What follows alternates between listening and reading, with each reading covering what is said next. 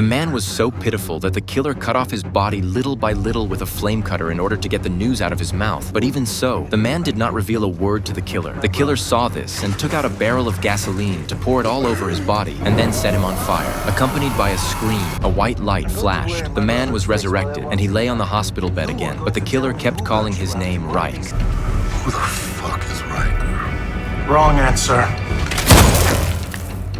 It turned out that they were in a virtual interrogation room, and even if they died in the interrogation room, they could be restarted and resurrected, but the pain they received could be directly transferred to the main body. At this time, the killer took out the lizard monster and threw it into his wound. Wu Qi finally collapsed. When he saw this, he began to hallucinate. He saw the leader of the rebel army more than 200 years ago. The leader taught him that the best time to escape from the virtual world is when people are at their weakest, and then Wu Qi concentrated, disappeared from the interrogation room in front of the killer, and began to kill from the real world after waking up.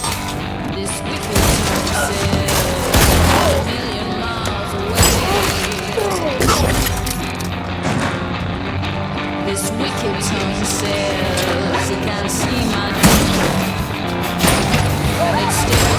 After solving this group of people, Wu Qi approached the policewoman and wanted to know if she knew Riker, and the policewoman hesitated and told him the truth. Reike was the original owner of Wu Qi's body, and she was Reich's girlfriend, and Reich's friend fell from the rich area to his death before. And bizarrely, the friend's cortical disc had a religious code, so it could not be resurrected. But the friend was not religious at all, so Reich asked the religious registrar, but the registrar knew nothing about it, and a few days later, the registrar was killed by the killer and blamed on Reich. So after Riker's body was deprived, he coincidentally assigned it to Wu Qi. So Reich's false accusation must have something to do with Lawrence's murder.